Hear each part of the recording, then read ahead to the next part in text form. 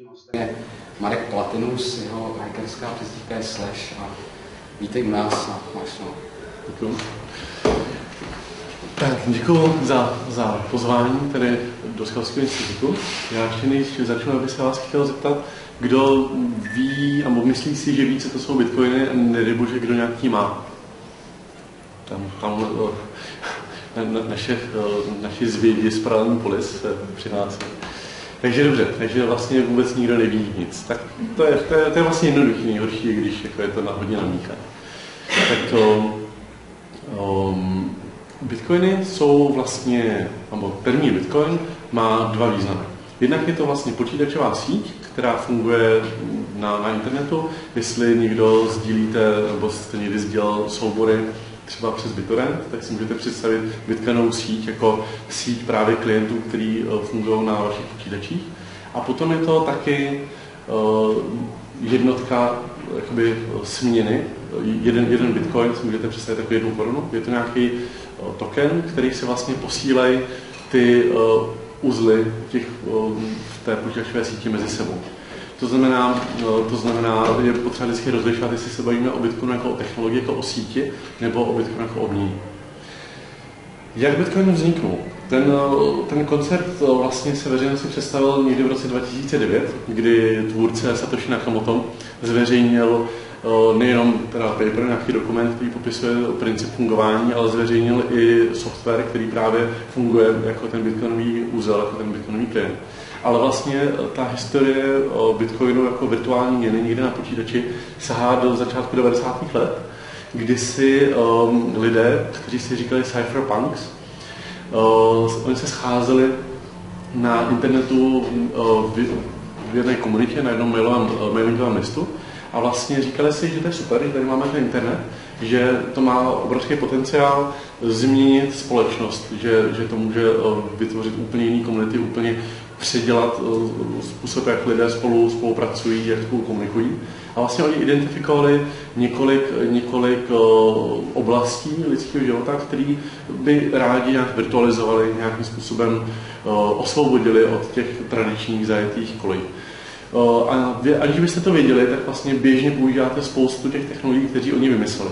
Například, jestli chodíte do banky a používáte zabezpečené připojení k prohlížeči, tak kdykoliv vidíte HTTPS v prohlížeči, tak to je technologie, kterou vymysleli právě tihle lidé. Pokud někdo z vás chce šifrovat e-maily, nevím, kolik z vás to dělá, ale pokud byste se rozhodli šifrovat e-maily, tak si velmi pravděpodobně stáhnete PGP nebo GPG, což je open source verze toho konceptu, což je vlastně šifrovací nástroj, který opět vznikl v 90. letech jedním z lidí ze Cypherpunks. A vlastně to znamená, že oni vlastně díky kryptografii, díky nějaké matematice aplikované a počítačové síti, která vlastně teprve se dostala mezi běžné lidi, protože dřív byl internet vlastně vojenská nebo vládní technologie, tak vlastně zapříčinili revoluci v mnoha oblastech.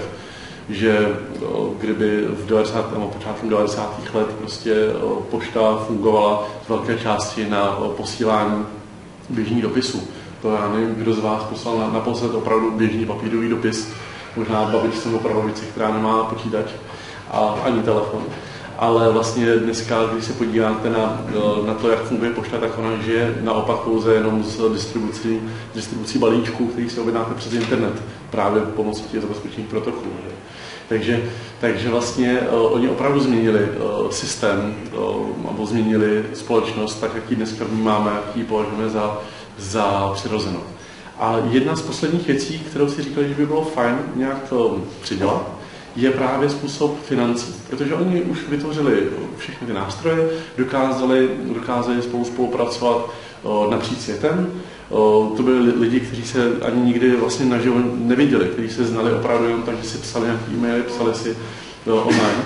Ale vždycky, když se chtěli nějakým způsobem odměnit za nějakou spolupráci, tak museli poslat příkaz k úhradě ve své bance, ta to zprocesovala, druhý, třetí den to převedla nějakou jinou měnu, poslala to přes SWIFT mezinárodním bankovním převodem a za týden to někam dorazilo. každá ta banka na cestě si z toho vzala nějaký poplatky a všichni byli spokojení a vy jako ten koncový uživatel jste vlastně ani nevěděli, že by to šlo řešit nějakým způsobem jinak. No a tady právě do toho vstupuje Satoshi Nakamoto, který od toho první zmínky, že vlastně na něčem takovém pracuje, se dali najít někdy v 97. nebo 98. roce, kdy on právě se ptal a chtěl konzultovat nějaké ty technologie, na kterých je dneska Bitcoin postavený. A to znamená, že on vlastně přemýšlel, jakým způsobem ty peníze virtualizovat. A Bitcoin je vlastně to stělesnění toho konceptu a je to ta poslední skládačka do toho, co Cypherpunks v těch 20. letech, o co se vlastně snažili. A teďka se vlastně trochu dostanu k tomu, kde se ta hodnota bere, protože samozřejmě pro spoustu lidí je asi nepochopitelný, že někdo pustí nějaký software a najednou v tom jsou nějaký peníze.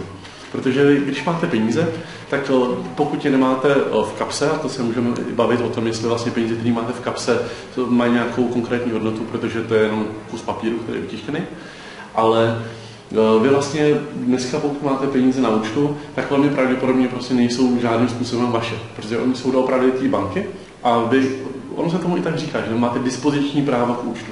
To znamená, ty peníze jsou u té banky, ona je má prostě ve své databázi nějak uvedené a je tak laskavá, že když se připojíte přes internetové bankovnictví a něco tam naklikáte, ten příkaz k úhradě, tak ta banka ten příkaz zpracuje. A Bitcoin, na rozdíl od všeho vlastně, co dneska známe, protože my vlastně nedokážeme, nebo bez Bitcoinu bychom nedokázali posílat nějakou hodnotu přes internet, jako třeba posíláme e-mail, tak Bitcoin se opírá o koncept komoditních peněz.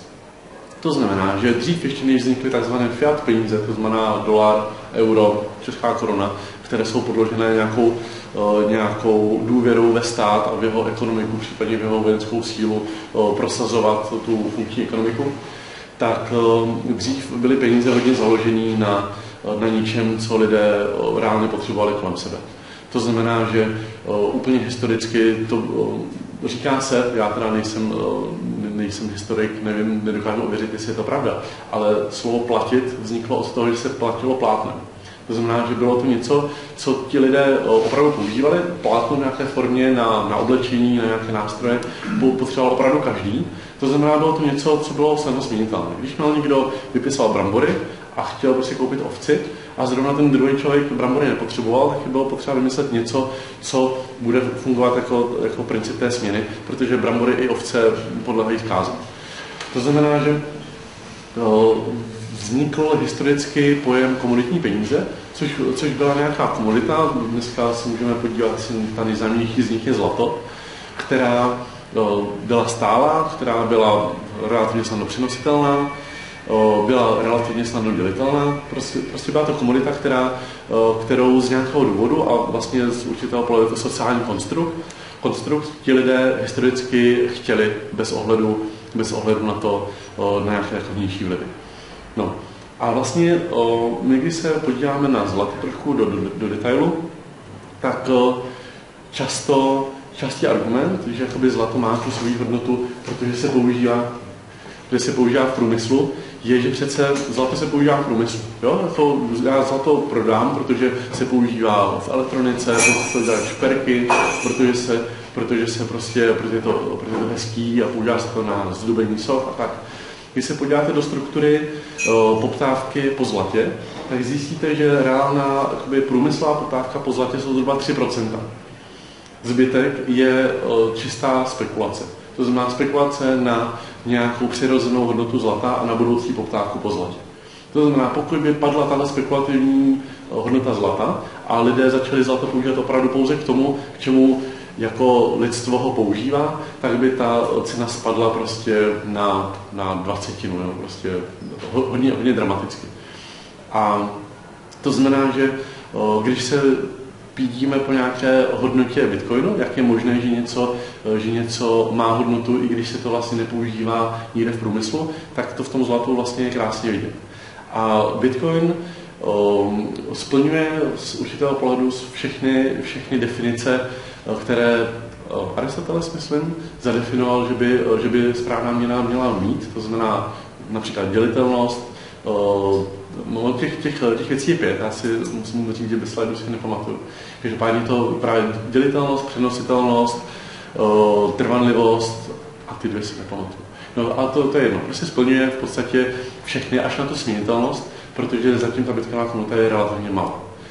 To znamená, že a konečně už se vracím k tomu, kde teda je v Bitcoinu ta hodnota, která vytváří ten efekt, že máte na počítači něco, co má hodnotu, je, že je to dané čistě nabídkou a poptávkou. Podobně jako u zlata, podobně jako u rýže, podobně jako u brambor, podobně jako u všeho prostě jiného, s čím přijdete do kontaktu, je to nějaká komodita.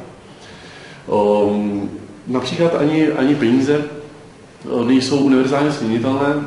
Člověk řekne tak, jako proč já bych měl chtít bitcoin, když mám v kapse prostě českou korunu. Česká koruna je bez pochyby měna, se kterou se běžně platí. No zkuste přijít s 1000 do Japonska, někde do Tokia a zkuste si něco koupit. Jo? Takový je to věc, že je to geografická omezená věc. Česká koruna platí tady, v Japonsku pravděpodobně umřete hlady. A s Bitcoinem je to samé. Spoustu lidí tu hodnotu v tom vědět nemusí, ale speciálně lidé, kteří fungují někde v prostředí internetu, tam tu přidanou hodnotu vidí a je to například přidaná hodnota v tom, že nejenom, že ty peníze vlastní oni sami na počítači, to znamená tam ten efekt, že vy se prosíte nějakou instituci, aby vám spravovala vaše peníze, ale hlavně ty transfery jsou po světě instantní a v podstatě zadarmo.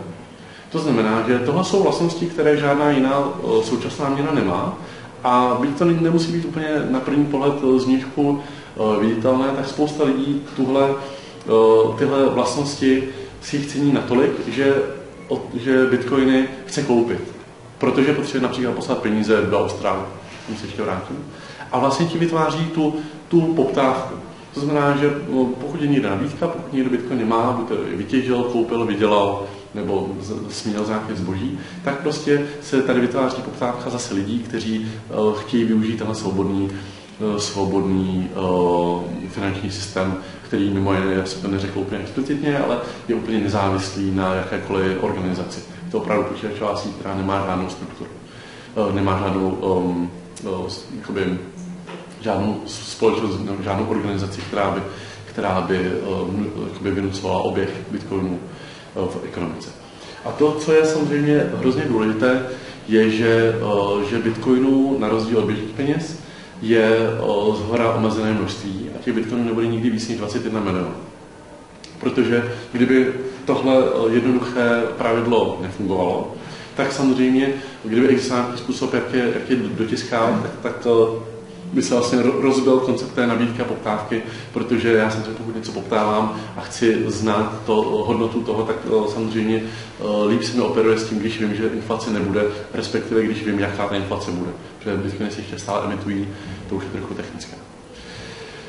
Trošku jsem to vzal hodně ze široka, doufám, že to bylo nějak pochopitelné, aspoň trošku jsem to přiblížil. Já jsem totiž úplně, jsem si to tak zabral, že jsem zapomněl říct vlastně, co dělám já. Takže já bych se tak konečně představil. A já jsem se k Bitcoinu dostal vlastně velmi záhy v tom roce 2010. To bylo necelý rok poté, co se vlastně ta síť spustila. Ale myslím si, že dává tu možnost využít potenciál té sítě k tomu, k čemu je Bitcoin určený, a to je pro mě bez pochyby online, obchodování online. Například mám kamaráda, který je Australan, žije tady v Praze a on posílá své rodině peníze pravidelně, které tady vydělá, podniká. A do té doby, než začal používat bitcoiny, tak dělal běžný bankovní převod, to znamená, že do Austrálie je ta cesta jako speciálně hodně komplikovaná, protože česká koruna se musí převést v Evropské bance na euro. Z eura to jde potom do Ameriky, tam se to převede na americký dolar, aby se to následně z amerického dolaru převedlo na australský dolar. Celé to ale koluje zhruba týden až 14 dní a v podstatě stojí to desítky až stovky euro, ten jeden převod. Ve chvíli, kdy ten kamarád začal používat bitcoiny, tak on tady bitcoin nakoupí během 5-10 minut, pošle je a během půl hodiny prostě má rodina v Austrálii a může s nima disponovat. A je to naprosto racionální věc, i když se odprostíme od jakýchkoliv filozofických a politických aspektů bitcoinu, které tam teda rozhodně taky jsou. Takže to jsem zase zapomněl, že jsem si měl vlastně představit. Takže